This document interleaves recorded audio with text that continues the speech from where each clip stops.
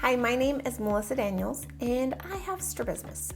Strabismus is when your eyes don't point in the same direction, like this.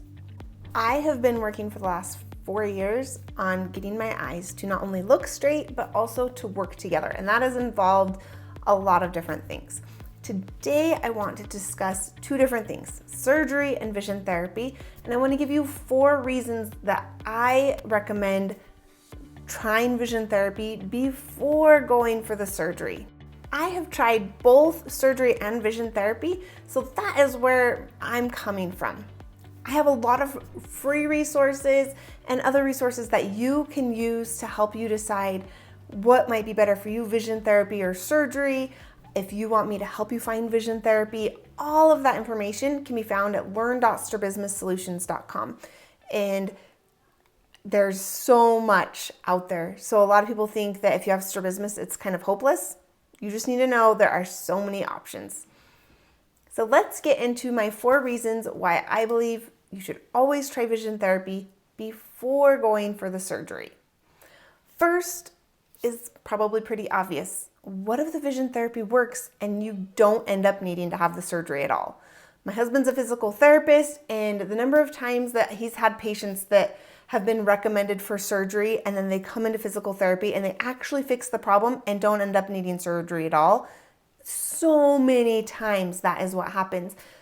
So avoiding surgery is a huge deal. I mean, just the risks of undergoing anesthesia, especially for little kids, the recovery, the redness of your eyes, scar tissue, nerve damage, your eyelid. Like there's just so many things that are risks with surgery. And it's just not fun, right? Like it's uncomfortable. So if you can avoid that by doing the therapy first, it's definitely ideal. So just like you would do physical therapy before having a knee surgery, you should do eye therapy before having an eye surgery because maybe it'll work. The second reason I think you should do vision therapy first is that there are certain risks with surgery. And I kind of talked about that already, but some specific risks are that if your eyes are made straight, your surgeon does a great job, put your eyes in a straight position, but your brain isn't on board with that, your brain can do a lot of crazy stuff to get rid of the double vision that will make vision therapy more complicated down the road. For example, when I had my surgeries when I was little, my eyes were really straight, but I didn't want the double vision. My brain was like, no double vision, and so it actually moved one of my eyes up. So instead of just having a horizontal deviation, I then had a vertical and a horizontal deviation, which makes vision therapy a lot more complicated. Just treating a horizontal is a lot easier than a vertical. There's also something called cyclotorsion, and that's when it's not up and down or side to side, but it's twisted. And that is nearly impossible to fix. You can't get prisms that are not impossible to fix, but like with vision therapy, it makes it so much more challenging because you can't fix that with prisms. It just makes it very, very complicated. Is it possible? Yes, but it complicates things a lot. And so to avoid those kinds of problems, definitely going with the vision therapy first can avoid that. And that takes us into my reason number 3 that I would do vision therapy first, and that's that the success rates will increase drastically if stereopsis is present. And what I mean by that is if your brain knows how to use your eyes together, and this is what happened for me. My eyes were like this before I had surgery. Through vision therapy, I learned how to make my eyes straight. I could bring that eye in, I could see, and when I brought my eyes straight, I could see with depth. Now, it wasn't perfect stereo, wasn't perfect depth perception, but I had some stereo there. So that when the surgeon made my eyes completely straight, so I didn't have to force it straight, it was okay staying there because it knew what to do with those images. Now, I still had some hypertropia from childhood, but my brain didn't do anything too crazy because it was like, oh, now I can see with better stereo. And it's like motivating for my brain to keep my eyes straight because my brain can use them together.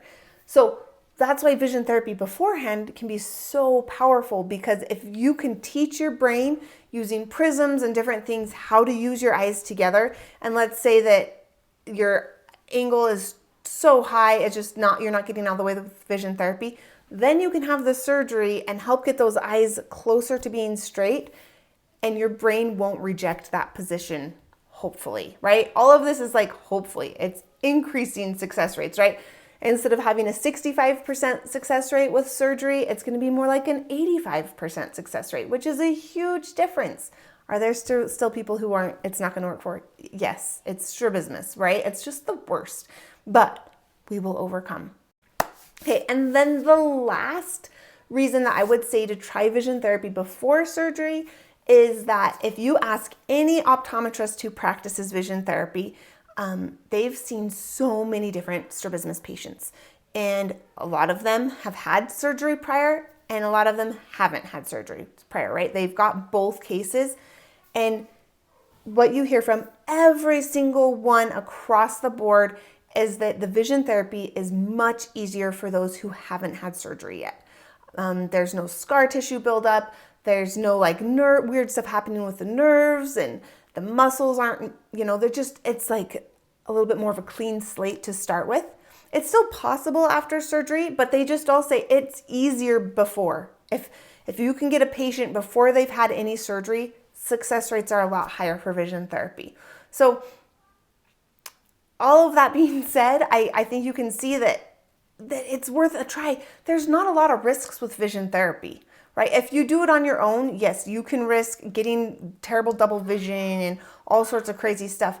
But if you're doing it with a vision therapy office, they are going to carefully go in an order that will help you. You're not going to get those negative side effects like permanent double vision and all the things that people will scare you with. They're going to do things in a different order that's going to get rid of that part of the risk. So it's